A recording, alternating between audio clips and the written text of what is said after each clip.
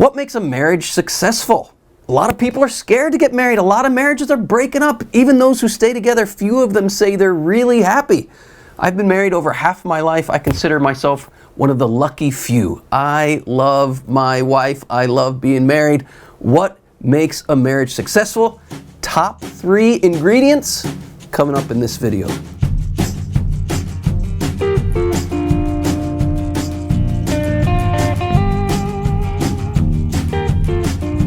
I'm Christopher West from the Theology of the Body Institute, here to inspire you with videos that unfold how your earthly body reveals the secrets of heaven. If you're new to this channel and want to dive deeply into this unique marriage of body and soul that makes us human, consider subscribing. So, what are the top 3 ingredients of a successful marriage? In my humble opinion, number 1, we need a super abundant supply of wine. Oh yeah, wine. I'll explain what I mean. Number 2, we need the courage to pursue true intimacy. And number 3, we need to learn how to show one another mercy and forgiveness. All right, let's take a look at each of these 3 ingredients. Number 1, a superabundance of wine. What the heck do I mean? Where did Jesus perform his first miracle, and what did he do? His first miracle was at a wedding. Why? And what did he do at this wedding? What does it mean? This couple runs out of wine. Wine in the scriptures is a symbol of God's love poured out for us, right? This running out of wine is actually a symbol that the married couple has run out of God's love. This is a symbol of the original sin. See, the purpose of marriage is to share God's love. But there's a basic principle here. You cannot give what you do not have. The difficulties, the struggles, the trials, number one thing that leads people to divorce is we've run out of wine. This is why we all need a super abundant supply of God's wine in married life. What does it mean? Look at the biblical story here. In the beginning, before sin, it says the man and his wife were both naked and felt no shame. They were naked and felt no shame precisely because they were full of that divine wine. They were full of God's love, and this is what flowed out of them towards one another. They desired in their very bodies, they desired sexually as male and female, as husband and wife, to share divine love. But the entrance of shame is the first result of having run out of wine. What happened here? Something shifted deep in the heart in the marital relationship when they ran out of wine. Now their desire for one another is not that of sharing divine love. The desire has become inverted. They're looking at one another as objects for their own pleasure. And now they're trying to use one another, dominate, control each other, rather than really learn how to love one another. Running out of wine is the source of every single marital difficulty known to every husband and wife throughout all of human history. The good news is Jesus is present in your marriage to bring a super abundance of new wine. Do you know how much wine Jesus brought to this wedding? 6 stone jars, each containing an average of 25 gallons. Do the math, that's at least 150 gallons of new wine. Where do we get the idea that Jesus is a party pooper? The goal of Christian marriage from this perspective is to get utterly snookered, totally wasted, drunk on God's love. Number 1 thing we got to do if we want to have a successful marriage, get drunk on God's wine. How do we do that? Prayer and the sacraments. Those are the key ingredients to taking in this new wine. Take it in. Take it in. Get ever and ever more drunk on God's wine. Our marriage will succeed. Number 2, we have to have the courage to grow in true intimacy. Back to nakedness and the fig leaves. The first result of running out of wine is we cover ourselves. That's a barrier to intimacy. Have you ever heard that? Intimacy means intimacy.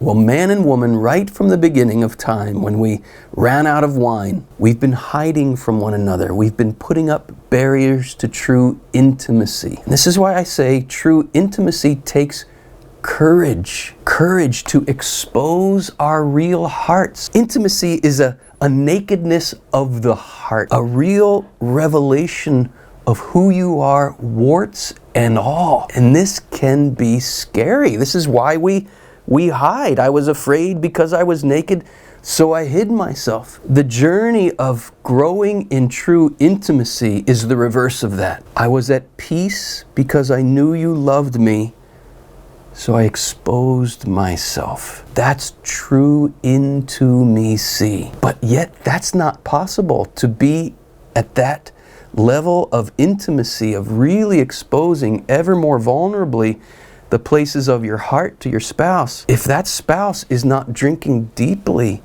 of that new wine. Because again, you can't give what you don't have, and true intimacy comes through true love, and true love comes from drinking that new wine. Here's an image that might help about intimacy. I like to say that a woman's heart is like a deep ocean, and the husband's mission in life is to go deep sea diving. But guys, you can't go swimming around in the depths of her ocean if she doesn't freely open it to you. That would be a violation of her heart rather than an honoring of her heart. But if the woman has the courage to open those depths to her husband, and he has the courage to swim into those depths, husbands, we will discover treasures in our wives' hearts that they don't even know are in there. And we'll never be bored with our wives if we're on this journey of those ever deeper discoveries of the depths of her ocean. The other direction, I like to say, a man's heart is like a deep cave, and the wife's mission is to go spelunking, cave exploring, right? But ladies, don't go poking around in your husband's man cave unless he freely opens it to you, because it would be a violation, right, if he doesn't freely open it to you. But guys, here we have to have the courage to open those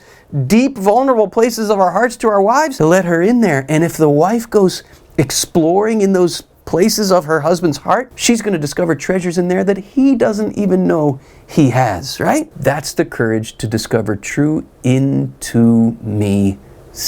But we know in all of this, in learning to love, in learning true intimacy, we're going to make mistakes. We're going to hurt one another. We're not perfect. So what do we need? Mercy. We need to learn to show one another true forgiveness. We need to learn how to ask for true forgiveness. And when someone asks for true forgiveness, if your husband or your wife says to you, please forgive me, don't ever say, it's okay. In fact, if it's really okay, then you should say to your spouse, there's no need to ask for forgiveness because it's okay. But if it's not okay, don't say it's okay. If there's really a need for forgiveness, say, I forgive you. Or at least say, God, help me to forgive this person, right? Forgiveness is not brushing things under the rug. Forgiveness is not pretending it never happened. Forgiveness is releasing the person who has hurt us to God's justice and mercy. And again, it's a case of you cannot give what you do not have. If you are struggling to show your spouse God's mercy, or anyone God's mercy who might need it, then there's an indication that we ourselves are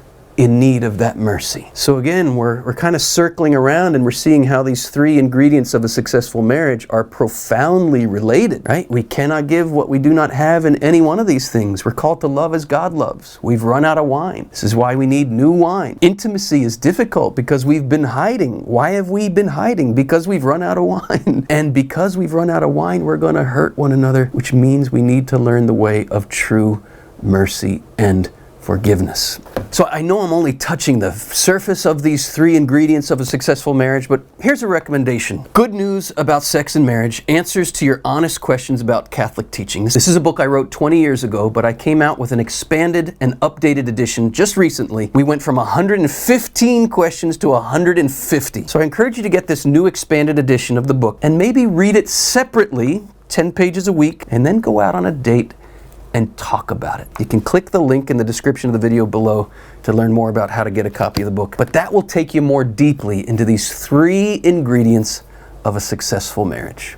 Hey, if you've liked this video, let us know by clicking the like button and sharing your comments, and let somebody else know by passing it along. Also, if you subscribe and hit the notification bell, you'll be the first to know when we release a new video unfolding for you how your earthly body reveals the secrets of heaven.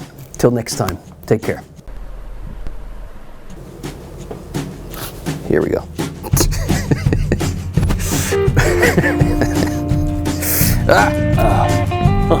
Dang it. I love being marriage. Okay.